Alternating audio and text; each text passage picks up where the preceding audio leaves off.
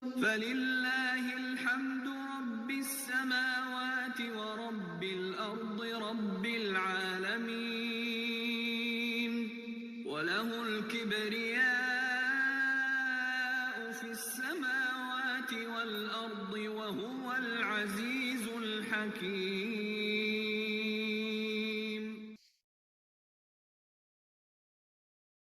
Salam alaikum wa rahmatullahi wa barakatuh. J'ai une question moi, à vous poser. Donc ceux qui regardent un contenu d'une vidéo, juste une vidéo, et qui viennent poser des commentaires alors qu'ils ne savent même pas les antécédents. Comment vous pouvez porter un commentaire avec un jugement alors que vous ne savez même pas à qui vous avez affaire? Subhanallah. Mais ça c'est un truc, ça m'épatera toujours. Est-ce que vous savez que c'est quoi ça c'est le critère des ignorants. Donc il y a une vidéo de témoignage. Alhamdulillah.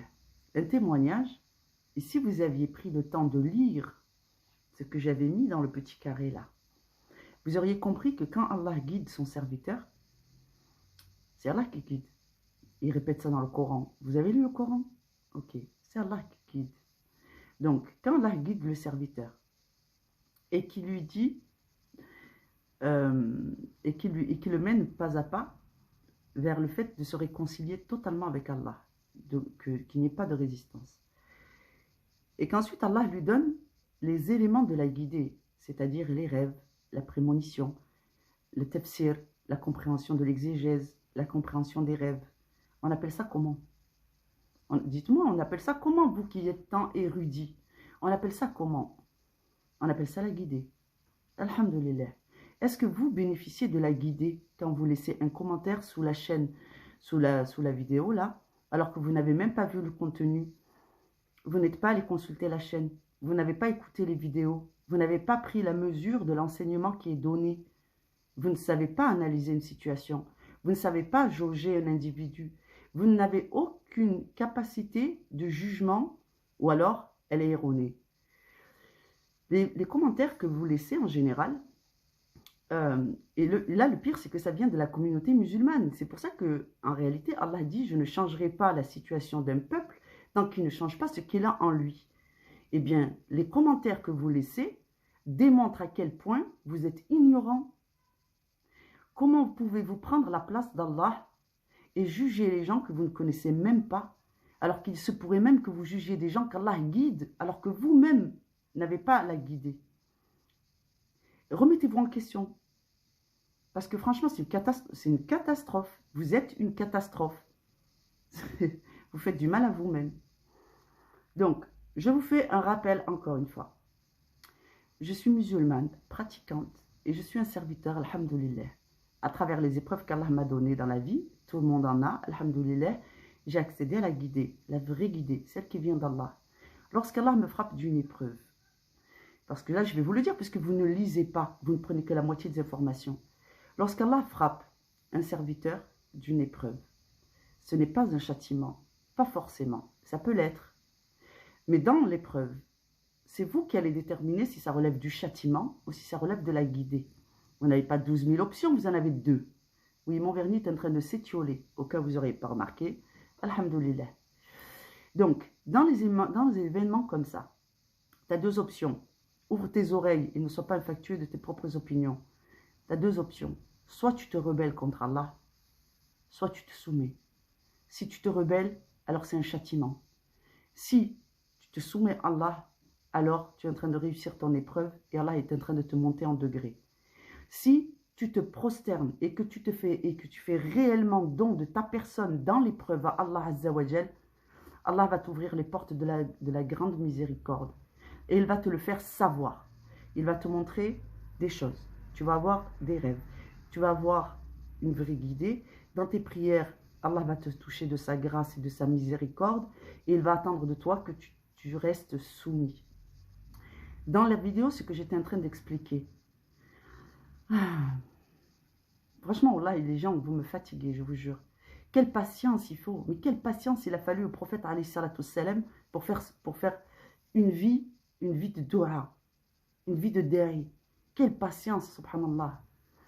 Je vous redis, Allah Ta'ala a dit à son prophète Mohammed alayhi salatu salam que s'il ne l'avait pas fait de si bon caractère, tout le monde l'aurait fui. Et Allah sait bien pourquoi il a donné un si doux caractère à son prophète. C'est parce que la vérité est déjà une violence pour l'orgueil de tout un chacun. C'est la vérité qui fait mal. C'est la vérité qui blesse. La plupart du temps. Attention, le mensonge aussi peut blesser.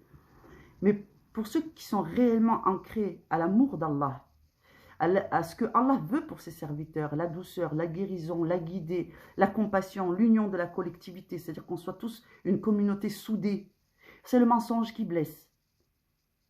Donc il y a des cas, pour chacun d'entre nous, c'est différent. Moi, c'est le mensonge qui va me blesser plus que la vérité. Pour certains, ça va être la vérité qui va les blesser plus que le mensonge. Et pour d'autres, ils n'arrivent pas à savoir si c'est la vérité ou si c'est le mensonge et c'est ça qui va les blesser. Cette chaîne, elle est là pour vous aider à faire la part des choses. Cessez de juger votre prochain. Tendez l'oreille, cherchez plutôt la vérité.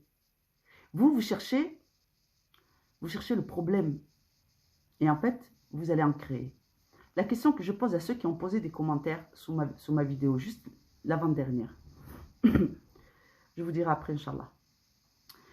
L'avant-dernière vidéo, vous avez posé des commentaires qui ne font que parler de votre ignorance.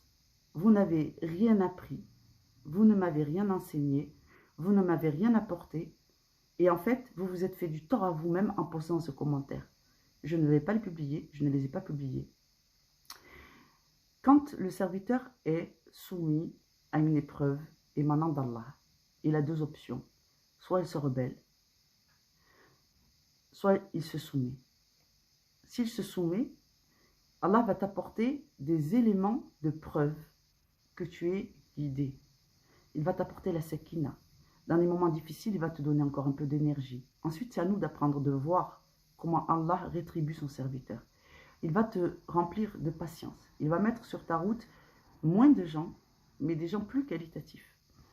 Il va t'aider à comprendre l'exégèse. Quand tu vas lire le Coran, tu vas avoir des visions ou des révélations, c'est-à-dire ton esprit va voir une dimension que tu ne voyais pas avant, qui va t'apporter un soulagement ou alors un nouveau questionnement.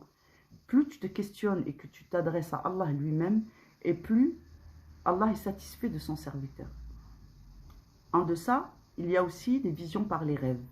Allah peut te montrer et Allah peut s'adresser à toi aussi dans tes rêves.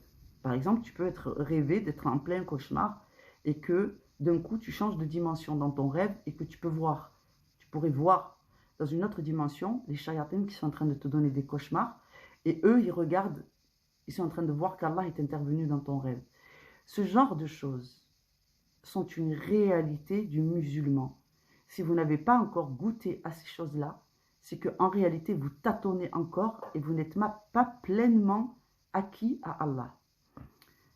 Vous allez me dire, oui, mais Najat, t'es dur. Non, je ne suis pas dur. Je suis réaliste. Il va falloir vous mettre quelque chose dans la tête. Laissez-moi vous l'enseigner. Allah n'est pas en train de se reposer. Et Allah n'est pas juste en train de vous regarder, il ne fait rien. Il crée tous les jours, chaque instant, il crée une réalité. Il crée tout ce qu'il y a autour de vous. Il crée votre destin en même temps que vous, en même temps. En fonction des choix que vous faites, il y a un nouveau déroulé du destin. Si vous décidez de vous rebeller, c'est une autre vie que vous allez avoir. Si vous décidez de vous soumettre, c'est une autre vie que vous allez avoir. C'est du temps réel pour l'humain. Mais Allah est actif à chaque seconde de votre vie. À chaque moment, chaque battement de cils, Allah est avec vous. Et il agit dans vos vies. Il vous parle, il vous guide. Est-ce que vous pensez que quand Allah dit « c'est moi qui guide » dans le Coran, c'est une expression rhétorique? En réalité, c'est le moment présent, c'est moi qui guide. À l'heure où je vous parle, je suis guidé. À l'heure où vous m'écoutez, vous êtes guidé. Sur le chemin le plus difficile ou sur le chemin de la voie la plus facile. Mais vous êtes guidé quoi qu'il arrive. Donc ceux qui ont réellement compris l'impact dans leur vie du tout miséricordieux, de sa religion et de ses enseignements, ceux-là, Inch'Allah, sauront se réformer, se remettre en question et parler ou commenter avec plus de sagesse, voire s'abstenir même de commenter. Si ce n'est pour dire des choses encourageantes, intelligentes, ou de donner des références dans le Coran qui pourraient intéresser les gens qui suivent aussi ma chaîne plutôt. Alors, ceux qui sont motivés, qui ont envie de s'en sortir, envie de comprendre ce qui leur arrive et pourquoi Allah leur impose des épreuves et qui veulent continuer à faire des causes utiles, vous pouvez prendre un suivi avec moi, il n'y a pas de souci. Ça sera avec grand plaisir. Les vrais musulmans, ceux qu'Allah aime, sont ceux qui comprennent que chacun a son épreuve et qui ne sont pas dans le jugement de ceux qui veulent s'en sortir. Qu'Allah vous facilite. Salam alaikum. N'hésitez pas à consulter ma communauté. Il y a dedans parfois des messages. Salam alaikum.